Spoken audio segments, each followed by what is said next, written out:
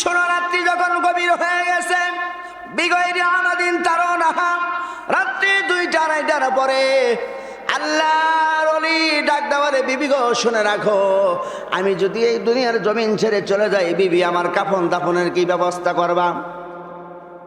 আল্লাহর ওলির স্ত্রী ঠিক স্বামী 2টা কদম এইভাবে বুকের ভিতরে জড়ায়া ধরে চোখের পানি ছেড়ে দিয়ে কান্দে আর বলে, স্বামী আমার শোনেন, ওগো স্বামী আমার শোনেন, আপনি আমাকে 3 বেলা খানা খাওয়াইতে পারেন না, এই কারণে আমার মনে কোনো দুঃখ নাই, কষ্ট নাই স্বামী গো, কিন্তু আমার যখন ক্ষুধা লেগেছে, আমার যখন ক্ষুধার বাপ হয়েছে স্বামী গো, আল্লাহর কসম করে আমি বলি স্বামী, আমার ক্ষুধা লাগার সঙ্গে সঙ্গে আপনার এই সুন্দর চেহারার দিকে তাকানোর সঙ্গে সঙ্গে স্বামী গো, আমার ক্ষুধা গলার দিকে নিয়ে নাভি পর্যন্ত ক্ষুধা নিবারণ হয়ে গেছে।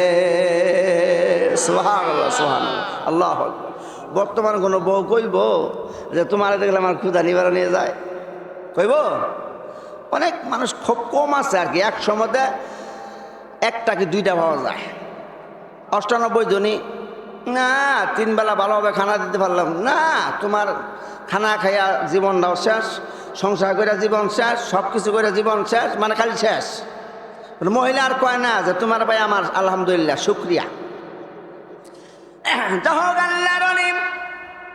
আল্লাহর স্ত্রী ডাকতে বলে, ও স্বামী আমার শোনেন, আমার যখন ক্ষুধার ভাব হয়, আপনার নুরানি চেহারার দিকে আমি যখন তাকাই, আল্লাহর কসম করে আমি বলি, আপনার চেহারার দিকে তাকানোর সঙ্গে সঙ্গে আমার ক্ষুধা গলার দিকে নাভি পর্যন্ত নিবারণ হয়ে যায়। সুবহানাল্লাহ।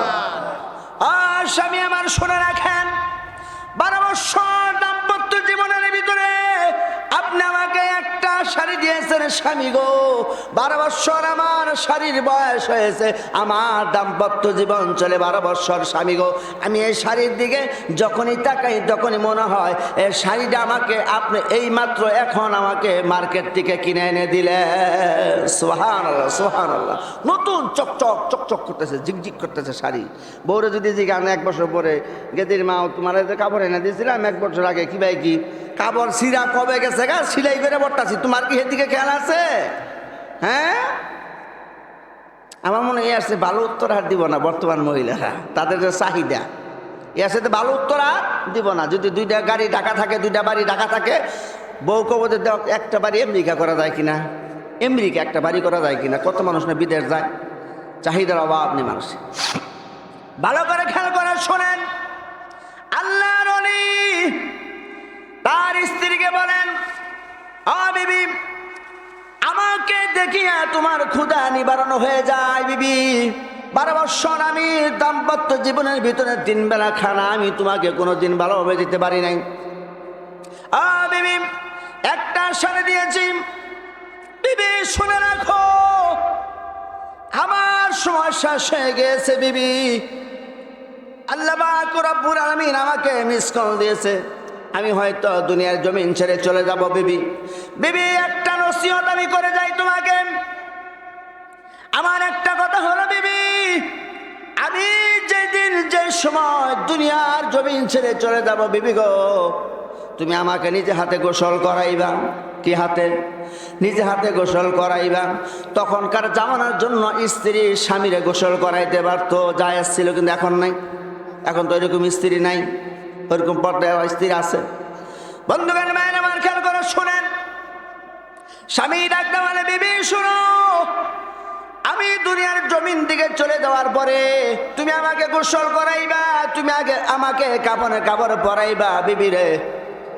আমার পরনে যে পাগড়ি আছে, আমার মাথায় যে পাগড়ি আছে, আমার শরীরে যে জুব্বা আছে বিবি, আমার মাথার পাগড়ি দিয়ে, আমার পরনের জুব্বা দিয়ে, আমার এই কাপড় দিয়ে তুমি আমাকে কাপড়ে কাপড় পরাইয়া দিবা। সুবহানাল্লাহ, সুবহানাল্লাহ। আল্লাহর ওলি ডাকতে বলে, বিবি, আমার সন্তান 2টা যাতে কান্নাকাটি না করেন, সন্তান 2টাকে বুঝ দিবা বাবারা। শোনো, তোমার আব্বু এমন একটা জগতের ভিতরে চলে যাইতেছে যেই জগতে দুনিয়ার সব মানুষ একদিন চলে যাবে। বাবা কান্নাকাটি করো না, তোমার আব্বুর সাথে দেখা হবে ইয়াউমাল কিয়ামতি, কিয়ামতের ময়দানে। বাবা গো কান্নাকাটি করো না। আমার সন্তানকে পাঠিয়ে দিবে আমাদের মসজিদের ইমাম সাহেবের কাছে। আমাদের মসজিদের ইমাম সাহেব এসে আমার জানাজার নামাজ পড়াইবে। ও বিবি, যদি ইমাম সাহেব না আসে তাহলে ফালাহুল মাওলা ওয়ালাহুল কুলফ, আমার আল্লাহর সাথে আমার মাওলার সাথে কথা হয়েছে। স্বয়ং আল্লাহ পাক রব্বুল আলামিন আমার জানাজার নামাজের ব্যবস্থা করবে। সুবহানাল্লাহ, সুবহানাল্লাহ, সুবহানাল্লাহ। কত বড় পাওয়ারফুল ওলি দেখছেন। এই কারণে আল্লাহ কোরআনে কইছে ফালাহুল মাওলা ওয়ালাহুল কুলফ। যে ব্যক্তি আল্লাহর হয়ে যায়, আল্লাহ বলেন আমি আল্লাহ সেই বান্দার হয়ে যাই। যেরকম সুবহানাল্লাহ। কোন পাওয়ার এই কথাটা কইছে খেয়াল করছেন? যে ইমাম সাহেবের কাছে পাঠাইয়া দিবার সন্তানদেরকে, সন্তান খবর কইব ইমাম সাহেবের। ইমাম সাহেব যদি জানাজার দিবার আসে তাহলে ভালো, যদি না আসে আমার আল্লাহর সাথে কথা হয়েছে, আমার মাওলার সাথে কথা হয়েছে, আমার মাওলা আমার জানাজার নামাজের ব্যবস্থা করবে। সুবহানাল্লাহ। কত বড় কথা দেখছেন। কতটুকু সম্পর্ক থাকলে, বন্ধুত্ব থাকলে এই কথা কইতে পারে, কতটুকু সম্পর্ক থাকলে। আল্লাহর ওলি এই নসিহত করার পরে কয়েকদিন যাওয়ার পরে আল্লাহর ওলি দুনিয়ার জমিন থেকে বিদায় হয়ে যায়। আল্লাহর ওলির সন্তানেরা কান্নাকাটি করে, দৌড়ে এসে মায়ের কোলে পড়ে, ডাক দিয়ে বলে মা গো, আমার আব্বু 10 দিন আমাদের সাথে কথা বলে, আমাদেরকে গোসল করায় দেয়, পোশাক পরায় দেয়, আমাদেরকে নিয়ে খানা খায়, আমাদেরকে নিয়ে নামাজ পড়ে। ও গো মা, আজকে তো আব্বু আমাকে আব্বু বলে আমাদেরকে আর ডাকে না, আমাদের খানা খাওয়ায় না, আমাদের গোসল করায় না।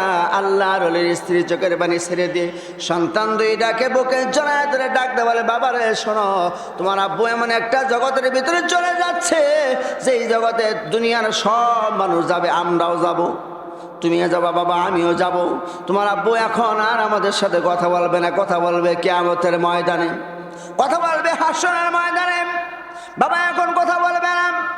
আল্লাহর ওলির স্ত্রী তার স্বামীকে গোসল করায়, গোসল করানোর পরে তার মাথার বাগড়ি দিয়ে, তার পরানো জুব্বা দিয়ে তাকে কাফনের কাপড় পরে সুন্দর করে ডেকে রেখে দেয়।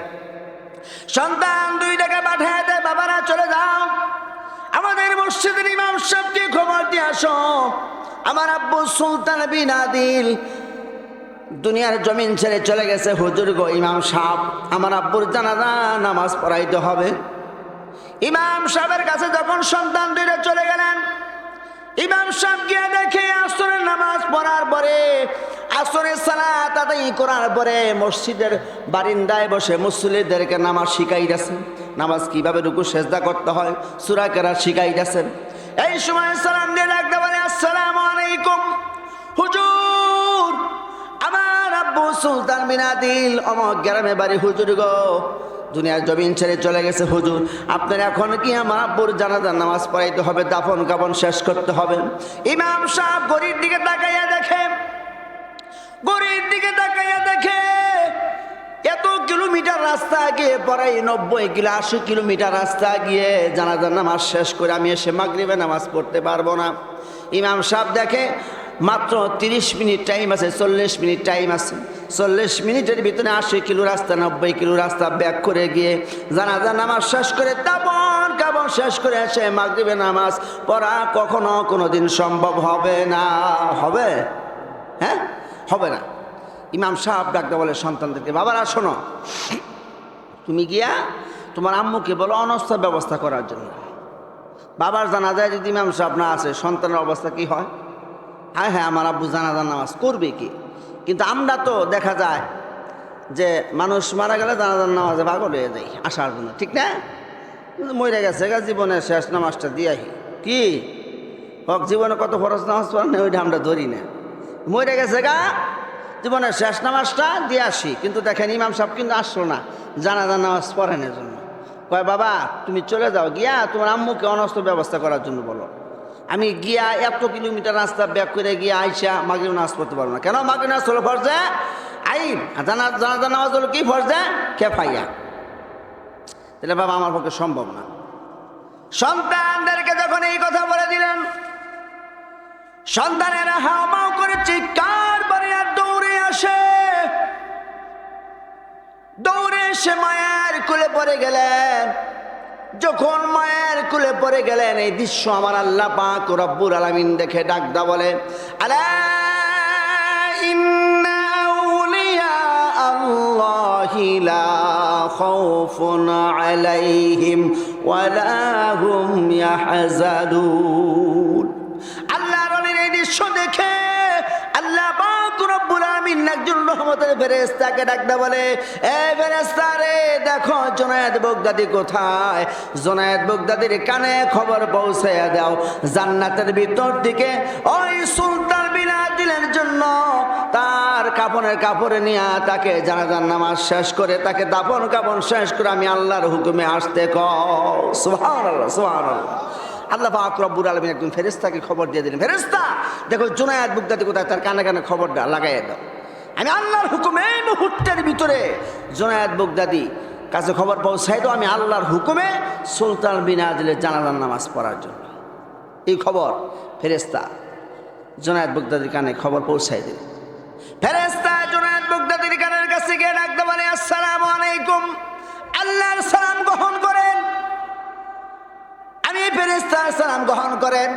হুজুর, আল্লাহ পাক রব্বুল আলামিন অর্ডার দিয়েছে আপনি 12 জন শিষ্য নিয়ে, আপনার 12 জন শিষ্য নিয়ে এই মুহূর্তের ভিতরে সুলতান বিন আদিলের জানাজা নামাজ পড়ার জন্য আমার আল্লাহ পাক রব্বুল আলামিন অর্ডার দিয়েছে।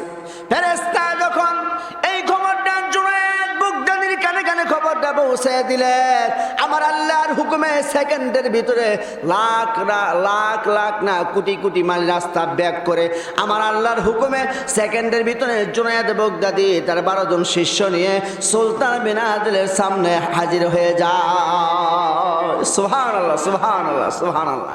যেখানে নাকি হাজার হাজার মাইল রাস্তা ব্যাক করে আল্লাহর হুকুমে জুনায়েদ বাগদাদি সুলতান বিন আদিলের সামনে লাশের সামনে হাজির হয়ে গেছে। ডাক দিয়া বলে, আল্লাহর ওলি স্ত্রীকে কান্নাকাটি করো না, সবুর করো, ধৈর্য ধরো, দূরে সরে চলে যাও। আল্লাহর পক্ষ থেকে আমি আসছি তোমার স্বামীর জানাজার নামাজ পড়ানোর জন্য, সুলতান বিন আদিলের জানাজার নামাজ পড়ার জন্য। জুনায়েদ বাগদাদি আসছে, তার সাথে 12 জন শিষ্য এসেছে, তার ভক্তবিন্দু। এইবার আল্লাহর ওলির সন্তান 2 জন। তাহলে কয়জন হইল লোক? কয়জন? 14 জন। 12 জন আর সন্তান 2 জন, 14 জন। আর লাশ তো সামনেই থাকবো। এইবার তো জানাজার নামাজ শুরু হয়ে যাবো। জানাজার নামাজ কি শুরু? এখন মানুষের লাশ তো, মানুষ তো মারা গেলে পরে যত তাড়াতাড়ি মানুষ দাফন কাফন করতে পারে, ঠিক না? যত তাড়াতাড়ি। এইবার লাশকে সামনে রাখিয়া যখন দাঁড়ায় যাব, লাইন সোজা হয়ে গেছে। এইবার তাকবীর দিবে, বলতেছে জানাজার নামাজ এইভাবে পড়তে হয়। মাইয়াতকে সামনে রাখিয়া কিবলামুখী হয়ে জানাজার নামাজ পড়তেছে। ফরজে কিফায়া, ফরজে কিফায়া না, ফরজে কিফায়া এই কথা বলতেছে। এই সময় অনেক দূর থেকে লক্ষ লক্ষ মাইল দূর থেকে কে যেন আওয়াজ দিয়েছে, এই জুনায়েদ বাগদাদিরা শোনো, একটু সময় অপেক্ষা করো, আমি আসার পরে জানাজার নামাজ হবে। জুনায়েদ বাগদাদি জানাজার নামাজ আগে দাঁড়ায় না, একটু সময় অপেক্ষা করো। জুনায়েদ বাগদাদির কানে যখন এই সাউন্ড আসছে, আসার সঙ্গে সঙ্গে জুনায়েদ বাগদাদি খামোশ হয়ে গেছে। সুবহানাল্লাহ, সুবহানাল্লাহ। জুনায়েদ বাগদাদি কয়, সর্বনাশ, আমি এই শহরেই তো আসলাম নতুন, এই জায়গার ভিতরে আমি জীবনে প্রথম আসলাম, আমার নাম ধরে আবার কেন ডাকে? লোকের কোনো চিহ্ন নাই, কাউরে দেখা যায় না, কি ব্যাপার? জুনায়েদ বাগদাদি খামোশ হয়ে গেলেন। কয়েক সেকেন্ড অপেক্ষা করার পরে এইবারে জুনায়েদ বাগদাদি তাকাইয়া দেখে এত সুন্দর চেহারার লোক জুনায়েদ বাগদাদির সামনে এসে হাজির হয়ে গেছে। জুনায়েদ বাগদাদি সে জীবনে কখনো কোনোদিন এত সুন্দর চেহারার লোক জুনায়েদ বাগদাদি দেখে না। সুবহানাল্লাহ, সুবহানাল্লাহ। জুনায়েদ বাগদাদী আশ্চর্য হয়ে গেলেন, কি ব্যাপার, আমি তো আমার জীবনে আমার বয়সে কোনোদিন এত সুন্দর লোক দেখি নাই। জুনায়েদ বাগদাদী ডাকতে বলেন, হুজুর কি আপনার নাম? হুজুর গো কি আপনার পরিচয়? হুজুর কোথায় থেকে আপনি আসছেন? ওই লোক ডাকতে বলে, জুনায়েদ বাগদাদী তোমাকে আল্লাহ পাক রব্বুল আলামিন পাঠাইছে জানাজার নামাজ পড়ার জন্য। জানাজার নামাজ পড়াও, জানাজার নামাজ পড়াও। জুনায়েদ বাগদাদী খামোশ হয়ে গেলেন। হুজুর আমি জানাজার নামাজ পড়াইব, আমার বয়সে আমার জীবনে হুজুর গো কত মানুষ দেখেছি হুজুর, আপনার মতো সুন্দর চেহারার লোক হুজুর আমার বয়সে আমার জীবনে কখনো আমি কোনোদিন দেখি নাই। সুবহানাল্লাহ, সুবহানাল্লাহ। এখন কি জুনায়েদ বাগদাদী নামাজ পড়াইব? এত দিকে হারে দিকে তো খামোশ হয়ে গেছে, ভয় পেয়ে গেছে গা। হারে দিকে কি ভয় পেয়ে গেছে গা। যেরকম মুসা আলাইহিস সালামের জামানায় মুসা আলাইহিস সালাম তার বংশধরের সামনে রেখে ওয়াজ করতেছেন। এই সময় আল্লাহর পক্ষ থেকে জিবরাইল আসছে। কে আসছে? জিবরাইল সালাম আসছে আল্লাহর পক্ষ থেকে। ফি কাবকাবাতিন মিনাল মালাইকাতি ইসাল্লুনা আলা কুল্লি শাই। আল্লাহর পক্ষ থেকে জিবরাইল সালাম চলে আসছেন। জিবরাইল এসে আল্লাহ নবী মুসাকে ডাকতে বলে, আসসালামু আলাইকুম, হে আল্লাহর পয়গম্বর মুসা, আল্লাহর সালাম গ্রহণ করেন। আমি জিবরাইল সালাম গ্রহণ করেন। জিবরাইল খামোশ হয়ে গেলেন। জিবরাইল প্রশ্ন করলেন, আল্লাহ পাক রব্বুল আলামিন আপনাকে প্রশ্ন করেছে, হুজুর গো আপনার চাইতে বড় এলেমালা লোক, জ্ঞানী লোক কি দুনিয়াতে আর কেউ আছে? মুসা নবী কয়, নাও, আমার সাথে আর জ্ঞানী লোক কেরা? মুসা নবী কি কয়, নো, আমার সাথে জ্ঞানী লোক কেরা বেটা, আমি নবী, তাও জালালি মেজাজের নবী আমি, আমার সাথে আর জ্ঞানী লোক কেরা? আমি তো জ্ঞানী। এইবার আল্লাহ পাক ডাকদা বলে, জিবরাইল আমার বন্ধু মুসারে কওয়ার জন্য, হুজুর আপনার সেও জ্ঞানী লোক আছে। কি কইছে? আপনার সেও জ্ঞানী লোক কি আছে? মুসা আলাইহিস সালামের কাছে খবর পৌঁছে দিলেন, এ মুসা তোমার চাইতেও জ্ঞানী লোক আছে। মুসা আলাইহিস সালাম আশ্চর্য হয়ে গেলেন, খামোশ হয়ে গেলেন। কি ব্যাপার, আমার চাইতেও জ্ঞানী লোক? সেই লোকটাকে তাকে দেখা দরকার। দেখা দরকার না? তাকে দেখা দরকার। আমরা তো অনেক সময় দেখা যায় মানে নিজেরা অনেক বড় মনে করি, এই আমি বিশাল বড় একদম হয়ে গেছি মনে করি না, বিশাল বড় পণ্ডিত, আমার চাইতে আর কেউ কিছু জানে না।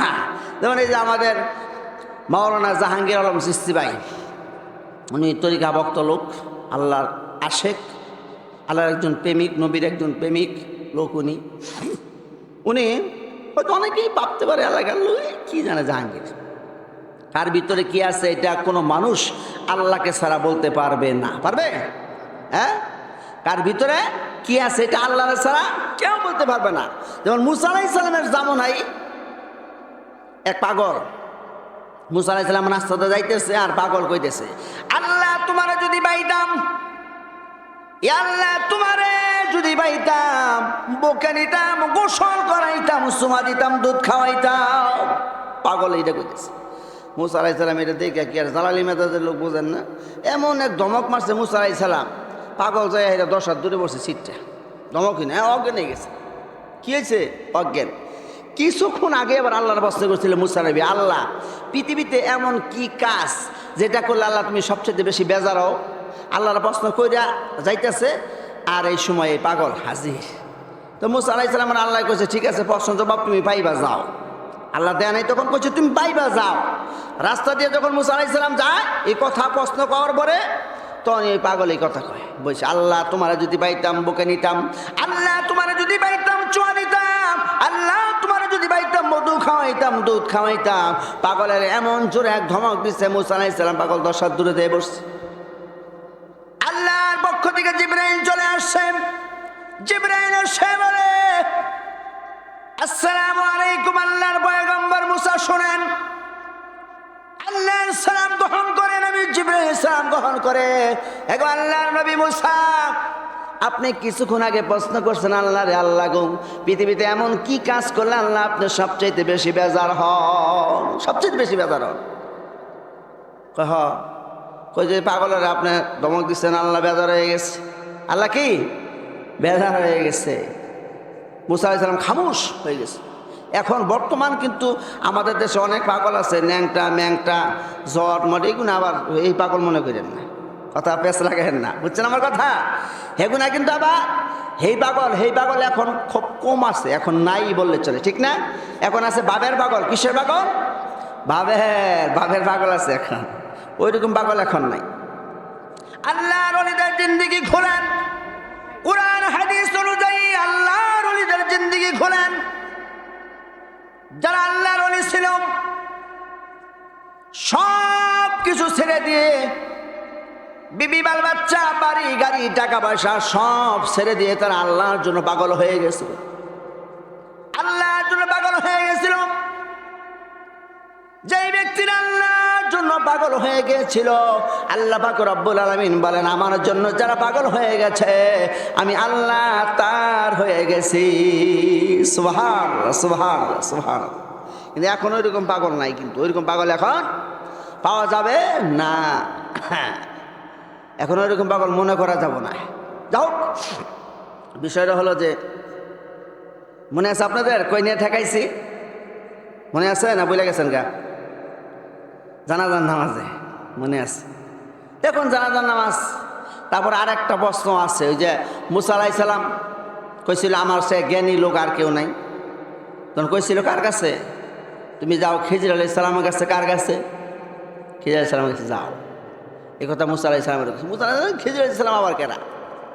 এইটা আবার কেরা? এটা থাক, আগে ওই আলোচনাটা করে নেই। জানাজার নামাজ পড়ার জন্য, আল্লাহর ওলি জানাজার নামাজ পড়ার জন্য এইবার যখন যেই লোকটা জুনায়েদ বাগদাদীকে ডাক দিলেন, আওয়াজ দিলেন, ওই লোকটা চলে আসার পরে জুনায়েদ বাগদাদী খামোশ হয়ে গেছে, শৈলে বল নাই, হতাশ হয়ে গেছে। হুজুর আমি এই শহরে এই জায়গার ভিতরে আমি কখনো কোনোদিন আসি নাই, হুজুর গো আপনি আমার নাম কেমনে জানেন? হুজুর জানাজার নামাজ পড়ান।